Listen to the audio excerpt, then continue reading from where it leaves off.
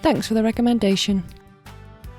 Okay, so today I'm going to be talking about Howls Moving Castle, which is a Studio Ghibli film, and I'm just going to say it off the bat, I think it's obvious by now, but again, this film is so beautiful, like, just everything about it was just, the art style was amazing. I think that's just classic. Well, I've only seen like 2 Studio Ghibli films, so I'm like, oh my god, it's such a classic Studio Ghibli, but from what I gather, it's always going to look beautiful, and it did. It really did. It looked amazing. I was not expecting to like this film as much as I did. I'd sort of seen clips from it like around, because obviously once you start talking about anime on the internet, a lot of people suggest Studio Ghibli, and I'd sort of seen it around and I thought, oh, it doesn't really look for me. But as I watched it, I was like, whoa, this is so fun. This is like a real interesting one. And a weird little side note about me is, when it comes to artwork, I love landscapes. I'm not like a big art person, but if you're like, what picture do you want to look at? I want to look at a landscape, and the amount of like beautiful landscape scenery that was in this film, it was so pretty. Like, so, it was so pretty. Like, I couldn't even look at it. I'm like, wow. I just like forget the scene was happening. The talking, they're having dialogue that's important, and I'm like, wow, look at those flowers, look at those mountains. I'm an idiot, so apologies about that, but it's the truth. Another thing that was like a negative at first, but then I liked it afterwards once I'd watched the whole thing, is normally my preference when it comes to magic systems are hard magic. I just find it more fun, and this was very much soft magic. Now, for people that don't know what hard and soft magic is, soft magic is like, it's a Brandon Sanderson theory, so if you want to know more about it, just Google Brandon Sanderson and hard and soft magic and more information will come. But a very brief idea of it is, soft magic is like a bit like Lord of the Rings. Like, we know people are magical, like Gandalf, he's magical, but we don't know the extent of his powers and exactly what he can do, but we know he does amazing magical things and he saves the day. But then in Lord of the Rings as well, you have the One Ring, and that has very strict rules, and this is what happens when they're, you know, blah de blah. Strict rules in hard magic, and in soft magic it's all a bit whimsical and wow, we can do anything, basically. So I normally prefer hard magic, stuff like it's a little bit more on the harder scale, like Avatar: The Last Airbender, Last Kingdom. A lot of lasts.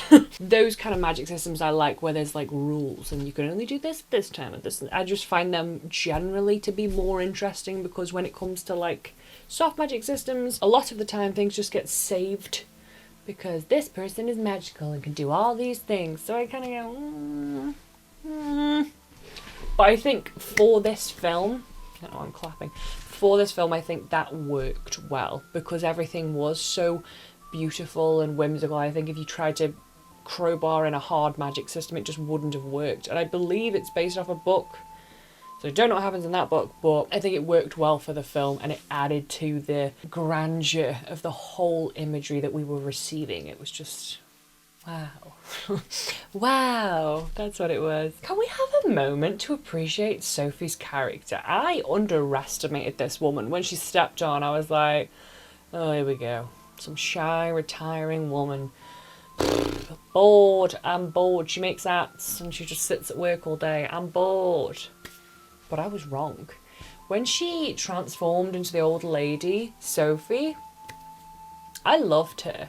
It really like boosted her confidence. I think because she was quite sheltered and reserved and always doing things for other people, and even though she was doing things for other people when she went to Howl's Castle, she was a little sassy with it, and she was like awesome, and I loved her whole character.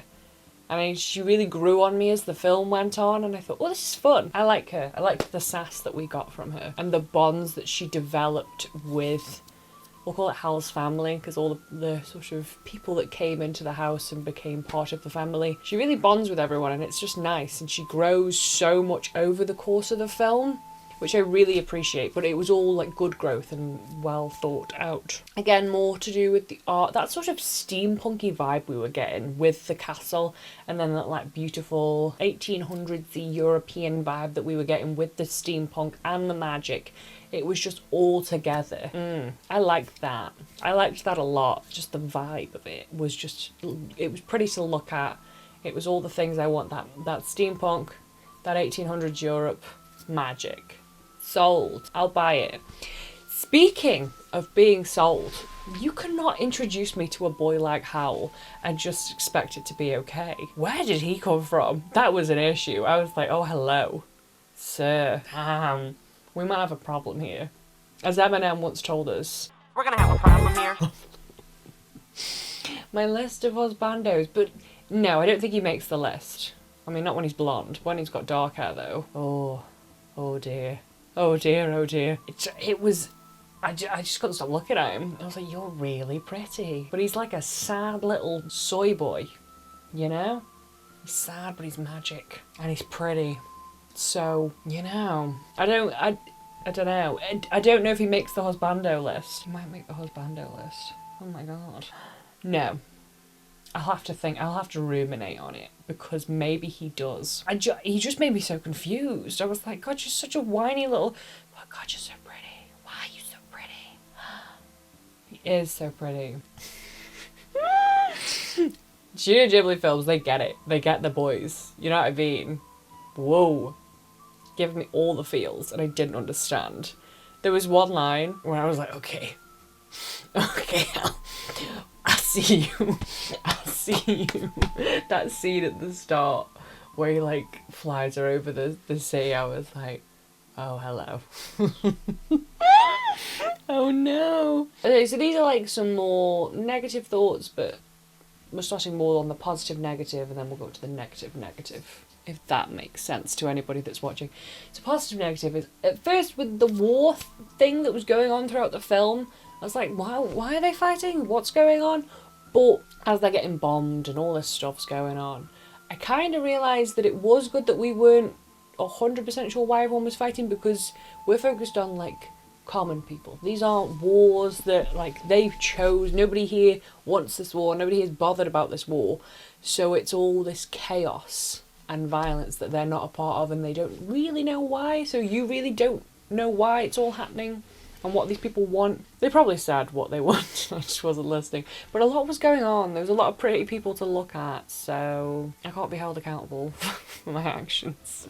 And then this is my more negative thought about stuff. I loved Turnip Head. I did love Turnip Head, but his like reveal at the end just felt meh. Like I think it makes sense why he was following her for the whole film, but it just felt like a bit like it just felt like it came out of nowhere.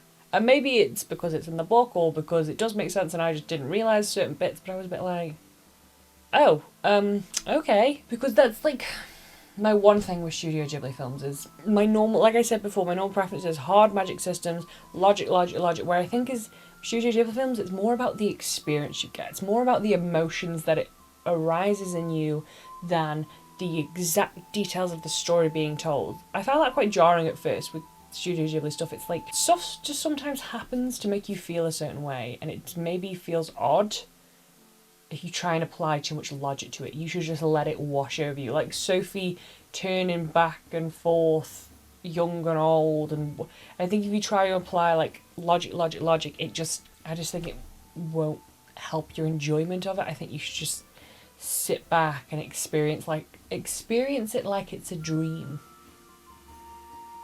Maybe that's what he wants.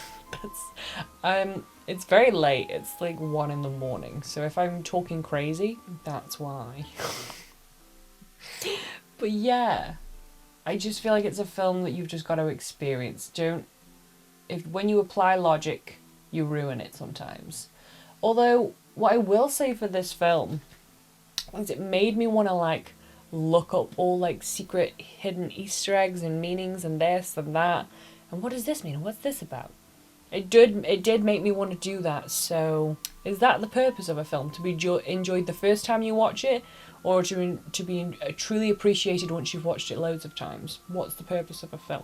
I'm too tired for this. I'm getting like drug thoughts even though I've not had alcohol. But yeah, that was my thoughts on it. I gave this film an 8 out of 10 just because sometimes the story I was a bit like, what are we doing? Why are we doing this? But then the world itself was so beautiful. The characters were so fun. Like Calcifer. What a bae. We love Calcifer. Calcifer's a little ledge. So I loved all the characters, loved the artwork, loved all that. It's just sometimes the story felt a bit like, what we doing? And a couple of twists that just made me go, So yeah, it wasn't like amazing, but I really enjoyed it and I would recommend it to people. So yeah.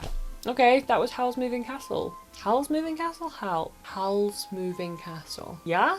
Yeah. Okay. I'm gonna maybe go to bed at some point. Okay, goodbye. Ciao for now.